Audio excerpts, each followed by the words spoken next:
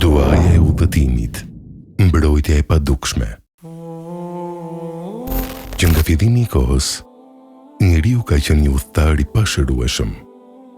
Ne udhtojmë për të gjetur një jetë më të mirë, udhtojmë për të takuar njerëzit që duam, udhtojmë për punë, për dije, apo thjesht për të eksploruar bukuritë e kësaj bote të madhe. Rruga ka një magji të veçantë. Ajo zgjeron horizontet tona dhe na ndryshon brendësinë. Por çdo udhëtar e di se rruga mbart edhe një të fshehtë tjetër, të panjohurën.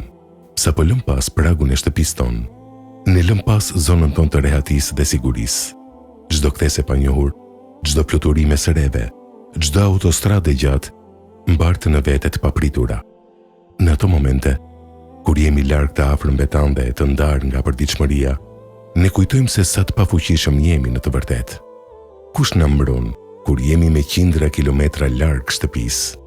Si mund ta shndërrojmë ankthin e rrugës në një paqe të thellë shpirtërore? Përgjigje fshihet tek sekreti i duas së udhëtimit. Zoti i gjithësisë, në Kuranin famlart, nuk e sheh udhëtimin thjesht si një lëvizje fizike. Për atë, udhëtimet e gjata janë një mundësi e artë që njeriu të reflektojë, të shikojë shenjat e krijuesit në tokë dhe të kuptojë madhështinë e tij.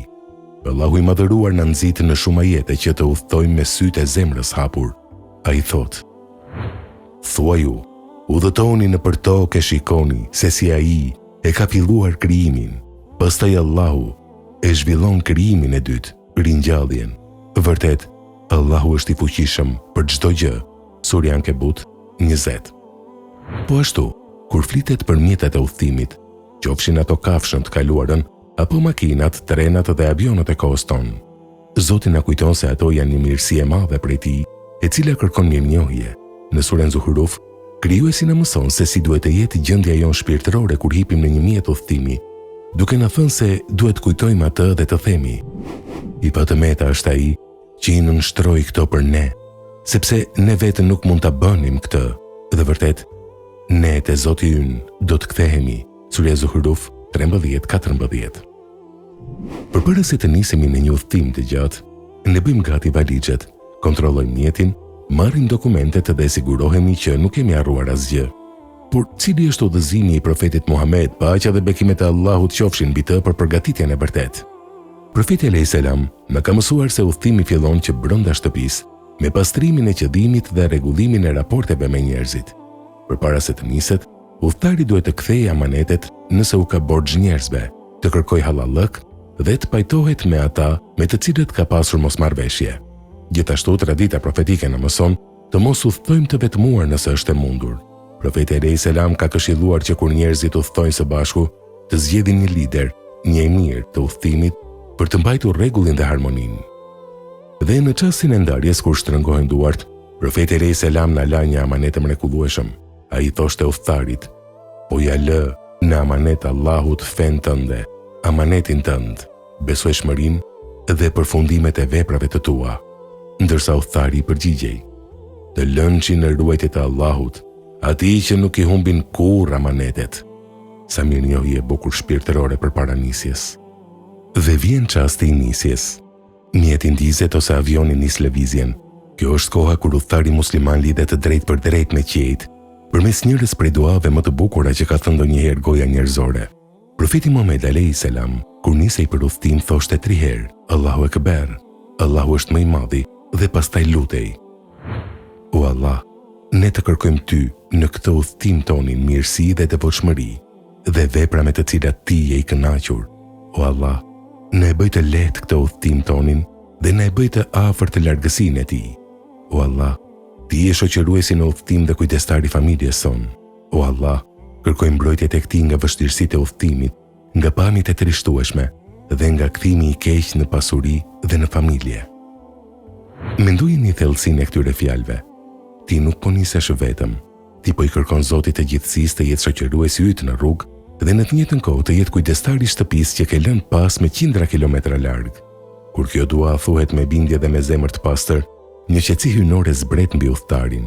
Rruga nuk duket më e frikshme, sepse nëse diljen pranë teje, në çdo metër që përshkon, ti je në mbrojtjen e atij që nuk flet kurrë dhe që kontrollon çdo atom të këtij universi. Por sekreti më i madh i udhëtimit të gjatë nuk është vetëm mbrojtja. Është një mundësi unike që nuk duhet humbur. Profeti Muhammed alayhis salam na ka zbuluar një sekret që duhet ta di çdo udhëtar. Ai ka thënë: 3 dua janë të pranueshme pa asnjë dyshim. Lutja e prindit për fëmijën e tij, lutja e të shtypurit të cilit i është bërë pa drejtësi dhe lutja e udhëtarit. Gjatë udhëtimit të gjatë, kur trupi lodhet dhe shpirti vishet nga mendjemadhësia e përditshme, njeriu bëhet më i sinqert. Në ato momente, distanca mes teje dhe arshit të Allahut shkurtohet. Mes duasate dhe pranimit të saj nuk ka asnjë perde, asnjë pengesë. Prandaj o udhëtar, mos e kalo rrugën vetëm me muzikë, me filma apo me biseda të kota. Shfrytzoje atë kohë të artë, lutu për veten tënde, lutu për prindrit e tu, lutu për fëmijët e tu, kërkoj Zotit të zgjidhje për problemet e tua, sepse je në statusin e një mysafiri të veçantë të gjithëmëshirshmit, lutjet e të cilit nuk kthehen mbrapsht. Në fund të çdo udhëtimi, sado i bukur apo i vështirë të ketë qenë ai, gjëja më e bukur është kthimi në shtëpi. Ndjenja e sigurisë kur kalon pragun dhe përqafon të dashurit e tu është e papërsëritshme. Kur profeti alayhis salam kthehej nga udhëtimi dhe shihte qytetin e tij, ai shtonte këto fjalë në duan e tij: po kthehemi, po pendohemi, po adhurojmë dhe po falënderojmë Zotin ton. Por ky dokumentar na kujton edhe diçka më të madhe. Kjo jetë që po jetojmë, që nga dita që lindim e deri në ditën që mbyllim syt, nuk është gjë tjetër veçse një udhëtim i gjatë. Ne të gjithë jemi udhëtar në këtë tokë.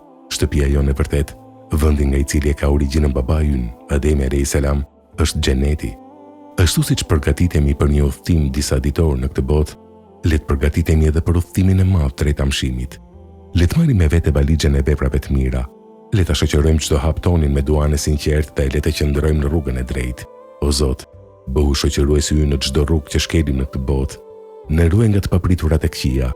Në këtë shëndoshe mirë pranë familjeve tona dhe, mbi të gjitha, në bëj prej atyre që në fund të udhëtimit të madh të kësaj jete, do të kthehen të sigurt dhe të shpëtuar në shtëpinë tonë të përhershme, në xhenetin tënd të gjerë.